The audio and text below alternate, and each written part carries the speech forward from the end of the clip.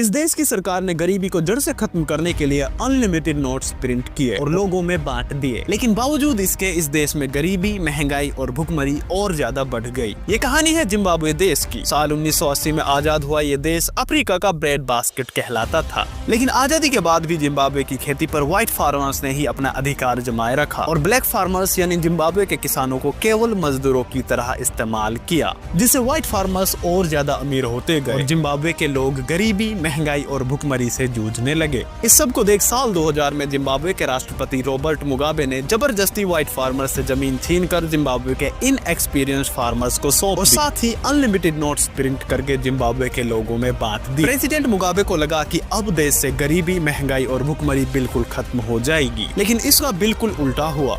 Zimbabwe के किसानों के पास खेती करने के लिए ना तो अनुभव था और ना ही एडवांस मशीन, जिसके कारण कुछ ही सालों में जिम्बाब्वे की खेती ठप पड़ गई और देश की अर्थव्यवस्था धड़ाम से नीचे गिर गई। रोजमर्रा की चीजें खत्म होने लगी, जिससे महंगाई ने आसमान छू लिया। सरकार द्वारा आम जनता को बेशुमार पैसा देने के कारण लोगों के पास पैसा तो आया, लेकिन चीजों की कमी के कारण उस पैसे की कीमत ना के बराबर रह गई। महंगाई इतनी बढ़ गई कि अब एक ब्रेड का पैकेट 30 बिलियन जिम्बाब्वे डॉलर्स में भी मिलना मुश्किल हो गया था। इन कंक्लूजन 2008 के आते आते जिम्बाब्वे पूरी तरह कंगाल हो गया।